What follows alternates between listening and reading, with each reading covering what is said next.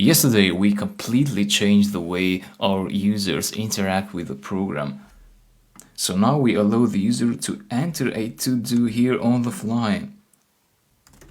Add fix the bug. For example, you press that and it is added to the to-do items. Now, to be able to do that, we had to change from match case to if else.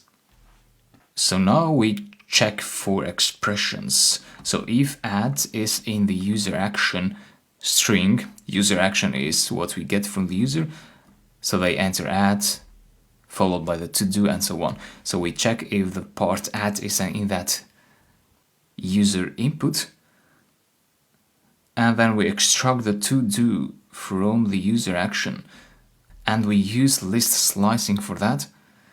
So we only get the characters that come after add, so for and everything after for.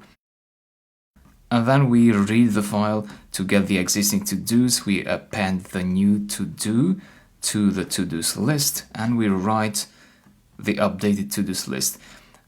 So then we have elif. So what happens is that if the user entered add, this block will be executed, and these other blocks will not be executed at all, which makes the code efficient. But if the user entered something else, the program will check if add is in user action. It will not execute this, but then it will check the next elif condition. So elif show, then it executes this.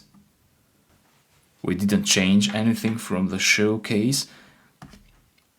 If the user enters edit, again we extract the part after edit using list slicing, and then we edit the existing to-do item as we did before. The same goes for complete. We use list slicing. We get everything after the 9th character, and so on. Otherwise, we have this else case here, which is the case when the user didn't enter any of these commands. They didn't enter add, they didn't enter show, not edit, not complete, not exit, but something else. In that case, we say, oh, your command is it's not valid. So that's what we did yesterday. Today we're going to improve the program even further and learn new Python features. So I'll talk to you in the next videos.